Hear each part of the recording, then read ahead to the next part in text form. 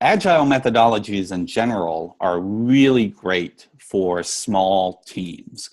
In fact, there become challenges when larger organizations want to adopt Agile because the whole principle revolves around having a small team that can operate very quickly. And so in large companies, you run into the challenge of having to create multiple teams and how do they coordinate. And we can skip all that, so for a small business, they can generally have just one team, whether it's, 2 people, 3 people, maybe up to like 5 or 6, in this Agile marketing team. And a great way to start then is, well, first,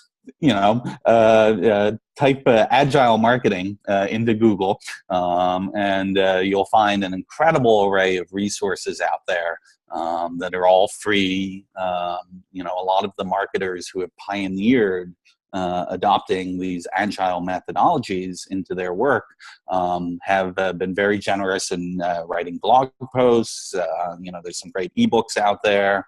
I will small plug, I will say, on my site, in my book, that's largely what I focus on is Agile. But there's a lot of these resources that you can basically, access for free and just sort of learn a little bit about, okay, how does this get structured? What does Agile look like?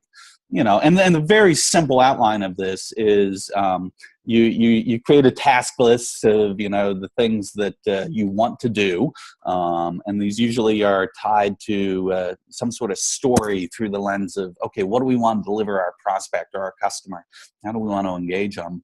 And then you work together to prioritize the order. The prioritization process is really super important.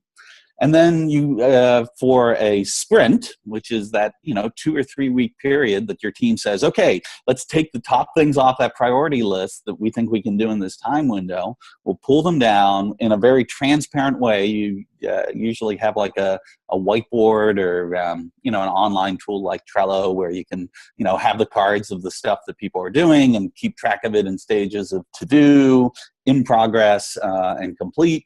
And you go through that iteration. And so at the end of that, people are able to step back, do a little review to see, okay, what did we get done? How did it start to work?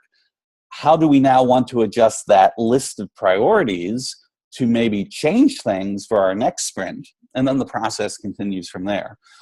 So for a small team, you can pretty much walk through this together in an afternoon to get started. And I think you'll, there's nothing mysterious about it. It's a very straightforward process.